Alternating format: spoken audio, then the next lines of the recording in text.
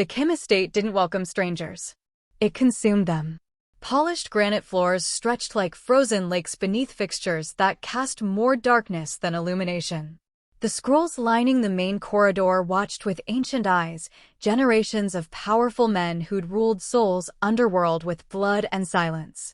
Maya Johnson moved through these halls like a shadow herself, her housekeeping uniform crisp with starch, her footsteps swallowed by the vastness of inherited violence. She'd accepted the position that morning, desperate, broke, her grandmother's nursing home bills mounting like gravestones. The agency warned her. The Kim residence pays triple the standard rate. They also expect absolute discretion. Never wander. Never question. Never look too long at anything you're not meant to see. But fate, Maya would learn, didn't follow rules written by criminals. The head housekeeper, an elderly woman with eyes like steel, handed her cleaning supplies and pointed upstairs. The ancestor hall needs attention before Mr. Kim returns from the city. Work quickly. Be invisible. Maya climbed the sweeping staircase, each step echoing like a heartbeat. The air grew colder near the top, heavy with secrets and expensive cologne. She began dusting the portrait gallery, stern faces, cold eyes, men who'd built empires on other people's suffering. Then she saw it. Above the ceremonial table, preserved behind spotless glass, hung a massive portrait.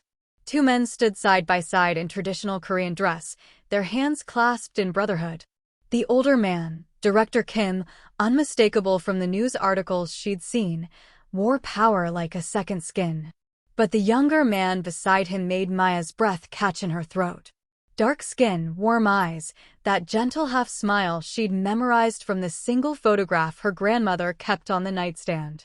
The cleaning cloth slipped from her fingers. Her grandfather, Sam the Bridge Johnson, the man her grandmother said died before Maya was born, the man whose name was never spoken without tears. Why was he standing in a Korean crime family portrait like he belonged there? Maya stepped closer, her reflection trembling in the polished frame. She traced the outline of his face with shaking fingers. He wore the same jade ring her grandmother kept locked in a jewelry box, the only thing that survived whatever took him. "What are you doing in here?" The voice cut through the silence like a blade. Maya spun around, heart hammering against her ribs. Min-jun Kim stood in the doorway, flanked by two men in dark suits. She recognized him instantly. The newspapers called him the Ice Prince of Gangnam, the son who'd turned his father's criminal empire into something even more terrifying, legitimate, untouchable, feared by politicians and kingpins alike. His obsidian eyes locked onto hers, and the temperature in the room plummeted. "I asked you a question," he said, his voice low and controlled, but Maya heard the edge beneath it, danger wrapped in silk. Her mouth was dry, her knees threatened to buckle, but the image of her grandfather's face, proud, alive, real, gave her courage she didn't know she possessed. "Sir," she whispered, her voice breaking. "Why is my grandfather in your family portrait?" The effect was instantaneous. The teacup in Min-jun's hand slipped, porcelain shattering against granite, green tea spreading like blood. His companions exchanged startled glances, and for one impossible moment, Min-jun Kim, the man who'd inherited an empire of violence, looked terrified. Color drained from his face, his jaw clenched. When he spoke again, his voice was barely audible. "What did you just say?" Maya's hands trembled, but she pointed at the portrait. "That man, Samuel Johnson, that's my grandfather." If you're enjoying this story and want to see what happens next, please subscribe to our channel and let us know in the comments where you're watching from. Your support helps us bring these stories to life.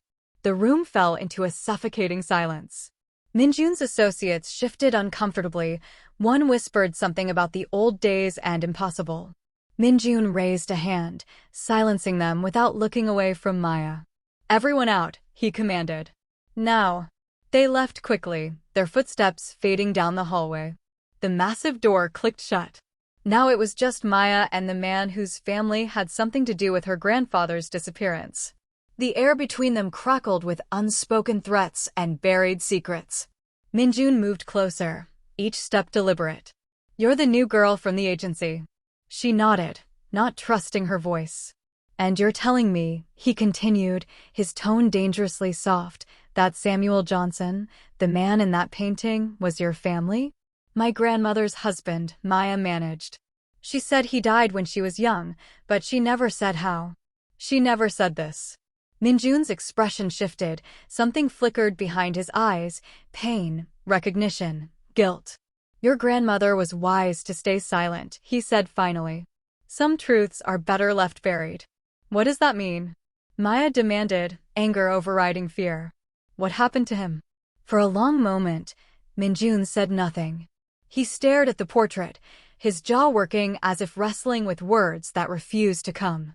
Your grandfather, he said slowly, was my father's most trusted man, his brother in everything but blood. And then he paused, his hands curling into fists. He betrayed us.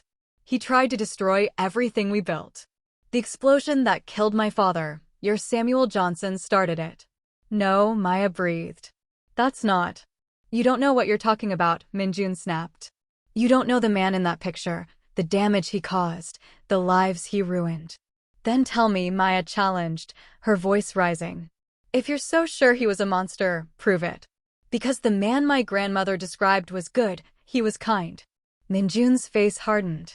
Your grandmother lied to protect you. The words hung between them like poison. Get out, Min-jun said quietly. And forget you ever saw that portrait. Forget you ever worked here. I can't just. Get out. His voice cracked like thunder. Before this family destroys you the way it destroyed him. Maya stumbled backward, tears blurring her vision. She turned and fled down the staircase, his words chasing her like ghosts. Behind her, Min-jun stood alone beneath the portrait. His hands shook as he poured another drink, his eyes never leaving Samuel Johnson's face. You should have stayed dead, he whispered to the painted image. We all should have. That night, rain battered Maya's window as she sat at her grandmother's bedside. Dorothy Johnson looked smaller than usual, her illness carving hollows in her cheeks, her breathing shallow beneath thin blankets. Grandma, Maya whispered, clutching her grandmother's frail hand. I need to ask you something about Grandpa Samuel. Dorothy's eyes opened, filled instantly with terror. What did you do? Her grandmother breathed. I saw him, Grandma, in a portrait at the Kim estate. The color drained from Dorothy's face. She tried to sit up, coughing violently. No, baby, you need to quit that job tonight. You can't go back there. Why? Maya pleaded. What aren't you telling me? Tears spilled down Dorothy's weathered cheeks. Because they'll kill you if they know who you are, just like they killed him. The words hit Maya like a physical blow. The Kims, Dorothy continued, her voice breaking. Your grandfather worked for them. He loved them like family. But when he learned what they were really doing, the trafficking, the weapons, he tried to stop them. He tried to go to the authorities. And they killed him for it, Maya finished, her voice hollow. Dorothy nodded, sobbing now. They blew up his office, made it look like an accident, told everyone he was the criminal. I was pregnant with your mother when it happened, baby. I had to run, hide, change our name.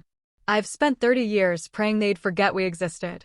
Maya felt something cold and hard settle in her chest, not fear, not grief, rage. Grandma, she said quietly. What if Grandpa Samuel left something behind? Proof. Don't, Dorothy begged. Please, Maya, let the dead stay buried. But Maya was already standing, already pulling on her coat. Her grandfather's face burned in her memory, proud, kind, innocent. They lied about him, she said. And I'm going to prove it. Thunder cracked outside as Maya disappeared into the rain-soaked night. Behind her, Dorothy collapsed back onto her pillows, whispering a prayer into the darkness. God forgive me, I should have told her everything. 3 days passed before Maya could force herself to return to the Kim estate. 3 days of watching her grandmother's hands tremble every time the phone rang. 3 days of Dorothy's whispered warnings echoing in her mind. They destroy anyone who asks questions. But curiosity was a living thing inside Maya's chest, hungry, relentless, impossible to starve. She'd called the agency, told them she'd be back. The relief in the coordinator's voice should have been her first warning. Oh, thank God. Mr. Kim specifically requested you continue. He said you showed initiative. The word felt like a trap. Now standing in the estate's kitchen at sunset, Maya watched the other staff filter out for the evening. The head housekeeper gave her a suspicious look before leaving. Lock up the service entrance when you're finished. Don't wander. The moment the door clicked shut, Maya moved. The study was on the second floor, past the portrait gallery, down a corridor lined with doors that probably cost more than her grandmother's entire medical debt. She'd memorized the estate's layout from stolen glances. Servants learned to map the cages they worked in. The study door was unlocked. That should have been her second warning. Inside, the air smelled of leather and aged paper, that particular scent of secrets preserved in darkness. Floor-to-ceiling shelves stretched toward a coffered ceiling, painted with dragons and phoenixes locked in eternal combat. Maya ran her fingers along the spines, first editions, rare collections, books in languages she couldn't read. And then, tucked behind a row of legal texts on the bottom shelf, she saw it. A file folder, its edges worn, its label faded but still legible. Johnson, Internal Investigation, 1995. Her hands shook as she pulled it free, dust scattered like ash. Inside were photographs. Her grandfather, younger than she'd ever seen him, standing beside a man who could only be Director Kim in his prime. They were laughing in one photo, arms around each other's shoulders, brothers. But the documents beneath told a different story. Memos stamped traitor in angry red ink, financial records with Samuel Johnson's name highlighted, accusations of theft scrawled in the margins, a police report about an office explosion that killed 4 men, Johnson's name circled. The word sabotage underlined twice. And at the bottom, a single page that made Maya's blood run cold. Subject: Samuel Johnson eliminated. All traces to be removed. Family relocated under surveillance. Any contact attempts to be reported immediately. Order signed by Director J. Kim. You shouldn't be in here. The voice came from the doorway, quiet, deadly, familiar. Maya's heart stopped. She turned slowly, the file clutched against her chest like a shield. Min-jun Kim stood in the shadows, still wearing his suit from whatever business kept Devils occupied, but his tie was loosened, his sleeves rolled up, and something in his eyes looked almost tired. Maya's voice caught. I was just looking for answers, Min-jun finished. He stepped into the light, and she saw he was holding a glass of soju. About a man you never knew, about a history you don't understand. Then help me understand, Maya said, anger overriding fear. She thrust the file toward him. Tell me why my grandfather's name is stamped with eliminated. Tell me why your family wanted him removed. Min-jun's jaw tightened. Put that back. No. The word hung between them, small, defiant, dangerous. For a long moment, neither moved. Then Min-jun set down his glass and crossed the distance between them in 3 strides. He was close enough now that Maya could smell his cologne, something dark and expensive that probably cost more than her rent. You want the truth? His voice dropped to something raw. Your grandfather was everything to my father, his advisor, his friend, the one man he trusted completely. He paused, pain flickering across his features. And then Samuel Johnson tried to destroy everything we built, stole documents, contacted federal agents. The explosion that killed 4 of our men, including my father's brother, your grandfather said it. I don't believe you, Maya whispered, but her voice wavered. Believe what you want, Min-jun said. But that file you're holding, those aren't lies. Those are the documents that condemned him, the evidence that proved his betrayal. Maya's hands trembled. Then why keep his portrait? Why hang a traitor on your wall? Something shifted in Min-jun's expression, a crack in the armor. Because my father loved him anyway. Because betrayal doesn't erase brotherhood. Because some ghosts refuse to stay buried. The confession felt intimate, unwilling, as if the words had escaped against his will. Neither should my grandfather have been in that painting, Maya said quietly, echoing his earlier words. If everything you're saying is true. Min-jun's eyes met hers, and for the first time, she saw something other than cold control. She saw conflict, doubt, maybe even guilt. Go home, Maya. His voice softened on her name, the first time he'd used it. Before you end up like him. Is that a threat? It's a warning. He stepped back, breaking the magnetic pull between them. The truth about your grandfather won't set you free. It'll bury you. He turned toward the door, then paused. And Miss Johnson, if I find you in here again, I won't be this generous. But his tone carried no real menace, just exhaustion. Maya watched him leave, her heart hammering. She looked down at the file in her hands, then at the window across the room where rain had begun to streak the glass. In the dark reflection, for just a heartbeat, she swore she saw another face beside her own, her grandfather's warm eyes, his gentle smile. And then, as if in warning, the image mouthed two words. Don't stop. The file slipped from Maya's fingers, photographs scattering across the floor. When she looked again, the window showed only her own frightened reflection and the empty study behind her. But she could still feel it, her grandfather's presence, urgent and restless. The dead, it seemed, were trying to speak. And Maya was finally ready to listen. The address led Maya to a neighborhood where the houses leaned into each other like old friends sharing secrets. Mrs. Park's son, he lived in a narrow hammock with paper screens and a garden that had surrendered to autumn. When the elderly Korean woman opened the door, her eyes went wide with recognition, not of Maya, but of something in her. Heaven help us, son, he whispered in accented English. You have his eyes. Come inside. The house smelled of incense and old memories. Son, he moved slowly, age making every gesture deliberate, but her mind was sharp as she poured tea with trembling hands. Your grandmother sent you, she said. It wasn't a question. No, Maya admitted. She told me to stay away. But I found your name in my grandfather's old address book. You worked for the Kims. Son, his cup rattled against its saucer. 35 years I worked in that house, watched that family tear itself apart from the inside. She studied Maya's face. You're working there now, aren't you? That's how you found out. Maya nodded. Then you're in more danger than you know, child. Son, he set down her tea.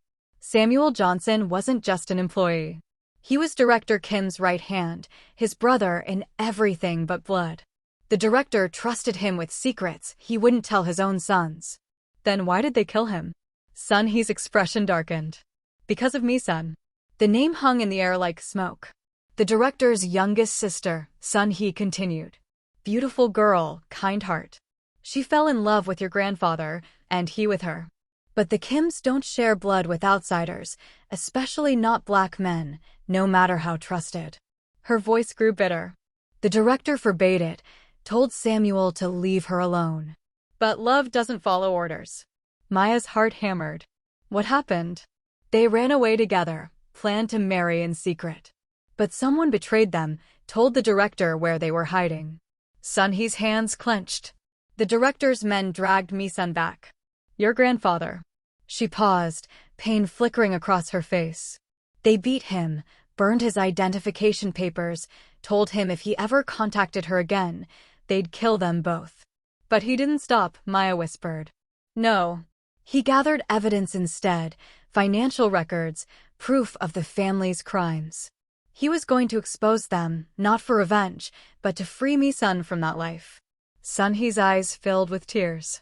The explosion at the office wasn't an accident, child. It was murder. And Mi-sun. Her voice broke. She died 8 months later. They said it was pneumonia, but I always wondered. Maya felt the room spin. Her grandfather hadn't been a traitor. He'd been a man who loved someone he shouldn't have and paid for it with everything. Does anyone else know this? Maya asked. The dead know, son, he said quietly. And the guilty. But the guilty don't confess. Back at the estate, Maya moved through her duties like a ghost. Every portrait felt like an accusation. Every shadow held secrets. She was cleaning the main hall when Min-jun appeared, his presence filling the space before his voice did. You've been distracted, he observed, leaning against the door frame. Careless. Maya didn't look up. Maybe I'm just tired of pretending. Pretending what? That this house isn't built on graves. She turned to face him, anger finally overriding fear. That my grandfather deserved what happened to him. That your family's version of history is the truth. Min-jun's expression hardened. You don't know what you're talking about. Don't I? Maya stepped closer, defiant. I know about Min-jun. About how your grandfather forbade their love. About how my grandfather tried to save her, and he tried to destroy us. Min-jun's voice cracked like thunder. Everything my family stood for, everything we built. Your grandfather would have burned it all. Or maybe, Maya shot back, her voice trembling with rage. He was the only one who stood for something. Maybe he saw what your family really was and refused to be part of it. The words hit Min-jun like a physical blow. For a moment, something vulnerable flickered across his face, doubt perhaps, or recognition of a truth he'd spent his life avoiding. You should go, he said quietly. Before you say something you can't take back. Why? Maya challenged. Because you might have to admit your entire empire is built on lies? That the man in that portrait wasn't a traitor, he was a victim. Min-jun moved closer, and suddenly the space between them felt electric. You think you understand this family? You think knowing one piece of the story makes you wise? His voice dropped to something dangerous. Your grandfather knew the cost of defying us. He chose love over loyalty, and it killed them both. At least he chose something real, Maya whispered. What have you ever chosen besides fear? The question hung between them, intimate, cutting, too honest for the masks they wore. Min-jun opened his mouth to respond, but no words came. Instead, he turned and walked away, leaving Maya alone in the vast hall. Above them, unseen on the balcony, Madame Kim stood in the shadows. The family matriarch was ancient, her body bent with years, but her eyes were sharp as broken glass. She watched Maya standing defiant where her grandson had fled, watched the girl's trembling hands and raised chin, and something cold settled in her chest. The blood has returned, Madame Kim whispered to herself, her gnarled fingers clutching the railing. Just like the prophecy. She turned away, her footsteps echoing down the marble corridor, leaving behind only the weight of words spoken to ghosts. In the study, a candle flickered. In the portrait, Samuel Johnson's painted eyes seemed to watch. And in the space between truth and lies, Maya Johnson stood at the center of a storm that had been building for 30 years. A storm that was finally ready to break. The storm arrived like divine judgment. Thunder shook the estate's foundations as Maya moved through the corridors, securing windows against the onslaught. Rain lashed the glass in sheets, turning the world outside into liquid darkness. By 8 o'clock, the other staff had fled for safer shelter, leaving her alone in the vast estate. Or so she thought. The lights flickered once, twice, then died completely, plunging the Kim estate into absolute black. Maya froze in the study doorway, her breath catching. Lightning split the sky, illuminating the room in stark white. And there, reflected in the rain-streaked glass, the portrait. Her grandfather and director Kim, their painted faces appearing and disappearing like accusing ghosts. The backup generator should activate momentarily. She spun toward Min-jun's voice, heart hammering. He stood near the window, barely visible in the darkness. Another flash of lightning revealed his exhausted face, his loosened tie, the way his hands gripped the window frame like a man trying to hold something together that kept threatening to break. The roads are flooded, he continued quietly. The bridge is closed. We're not going anywhere tonight. I should try. You'd drown before you reach the main road. His voice carried no challenge, only fact. We're trapped, both of us. The words hung between them, heavy with unintended meaning. Maya moved deeper into the study, using the intermittent lightning to navigate. Her fingers found the cold leather of an armchair. Tell me about the explosion. What? The one that killed your father. You said my grandfather started it. Thunder rolled overhead, a sound like God clearing his throat before judgment. In the flash that followed, she saw Min-jun's face contort, pain breaking through his careful control. I was 13 years old, he said finally. Hiding in my room while the office burned. I heard the sirens, saw the smoke from my window. His voice dropped to barely audible. They told me Samuel Johnson said it, that he'd betrayed us. For years, I hated a dead man because my father died hating him. But you don't believe that anymore, Maya said. Do you? Lightning illuminated Min-jun's face, and the doubt written there answered before his words could. Maya's hands trembled as she reached into her bag. She'd found them days ago, hidden behind the calligraphy collection, tied with a faded ribbon that had once been white. Now she held them out into the darkness. Then believe this. The next flash of lightning caught Min-jun's expression as he recognized the handwriting on the yellowed envelopes. Where did you? Your family hid them, but they couldn't destroy them. She thrust the letters toward him. Read what they had, what you took from them. Min-jun's hands shook as he unfolded the first letter, tilting it toward the window to catch the storm's light. His lips moved silently, reading words written by ghosts. My beloved Mi-sun, they tell me to forget you, but forgetting you would be like forgetting how to breathe. He loved her, Min-jun whispered. And she loved him back, Maya's voice cracked. They weren't criminals. They were just two people who committed the worst crime your family could imagine, choosing love over loyalty. Thunder shook the windows. Rain hammered against glass like fists demanding entry. You shouldn't be here, Maya.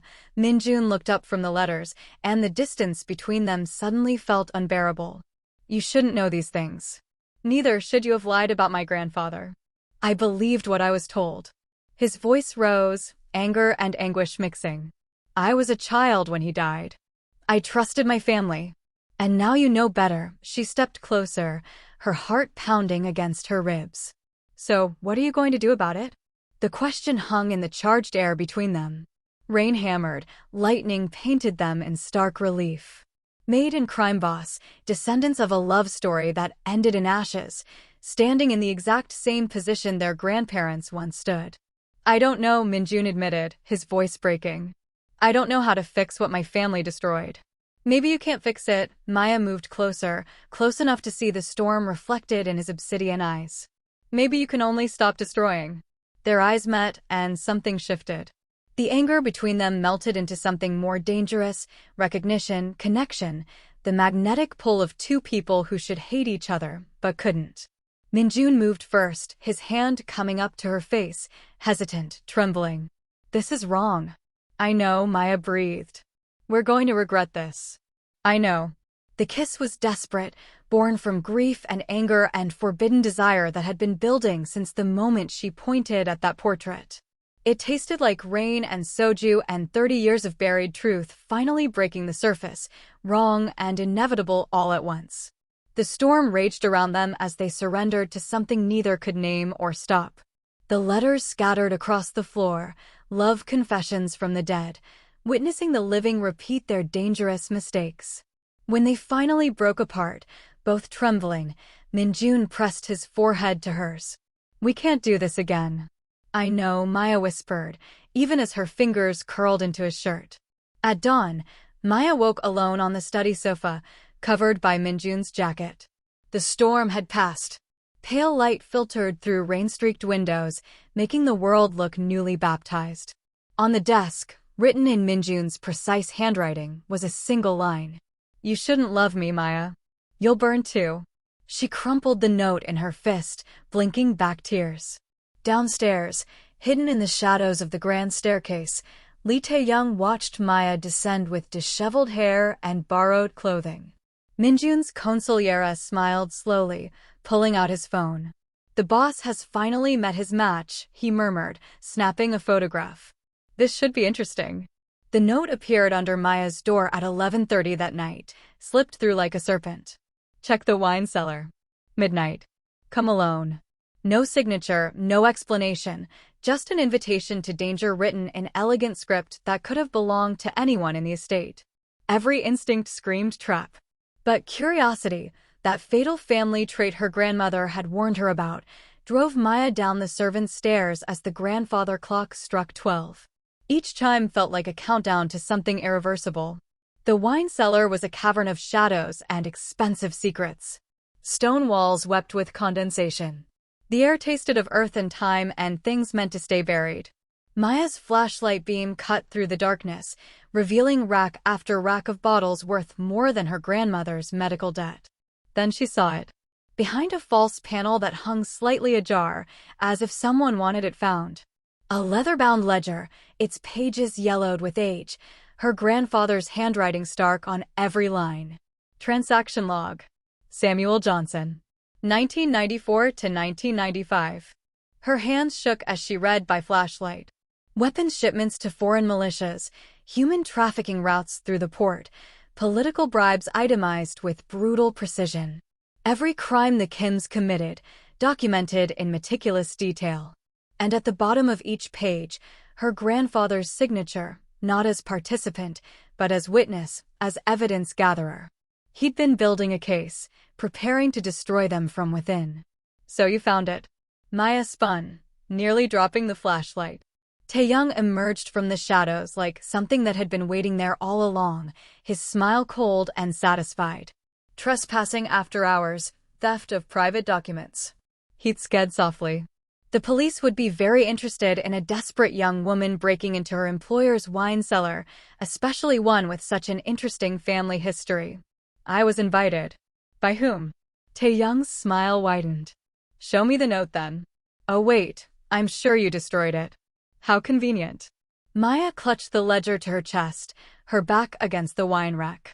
Why are you doing this? Because Min-jun has forgotten what it means to be a Kim. Tae-young moved closer, his footsteps echoing on stone. He's let sentiment make him weak, let a Johnson, into his bed and his confidence. Someone needs to remind him where his loyalties should lie. She's not going anywhere. The voice cut through the cellar like a blade. Min-jun descended the stairs, fury in every measured step. His presence filled the underground space, transforming it from Tae-young's trap into something far more dangerous. His eyes found Maya first, checking if she was safe, if she was whole, before turning to his consigliere. Boss, Tae-young said carefully, his tone shifting to placating. She has the Johnson ledger. That document could destroy everything we've built. I was simply securing. By setting a trap for her? Min-jun's voice dropped to something lethal. By summoning her here in the middle of the night like prey. Tae-young's joy tightened. I'm protecting this family, something you seem to have forgotten how to do. Who told her where to find it? Min-jun moved closer, and even Tae-young took an involuntary step back. Who left that panel open? Who sent that note? The silence that followed was damning. You wanted me to see this, Maya whispered, understanding flooding through her. You wanted Min-jun to catch me with it, to force him to choose. Tae-young's smile returned, colder now. He needs to remember what side he's on, what happens to those who threaten the empire. Stand down, Tae-young. Min-jun's command was quiet, but absolute. Now, you're making a mistake. Stand down. The order shocked everyone in the cellar. Tae-young most of all. For a long moment, the consigliere stared at his boss, seeing something he'd never seen before. Min-jun Kim choosing a woman over the empire his family had built on blood and silence. You're choosing her, Tae-young said, disbelief and contempt mixing in his voice. Over everything, over all of us. I'm choosing to hear the truth, Min-jun corrected. Something this family stopped doing 30 years ago. Tae-young's expression hardened into something cold and final. He gave Maya one last measuring look, the way a general studies enemy territory, before climbing the stairs. His footsteps echoed long after he disappeared, a promise of consequences yet to come. Then they were alone in the underground darkness, with only the weight of secrets between them. Min-jun turned to Maya, exhaustion written in every line of his face. Do you understand what you're holding? Proof, she whispered.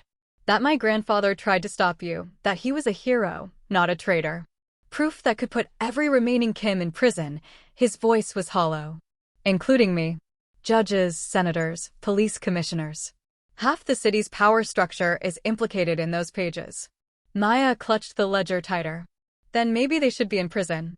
Maybe. He stepped closer, and she saw the conflict tearing him apart. But that ledger doesn't just condemn the guilty, Maya. Releasing it would start a war, one that would kill more people than it saves. Innocent families, people who've tried to leave this life behind.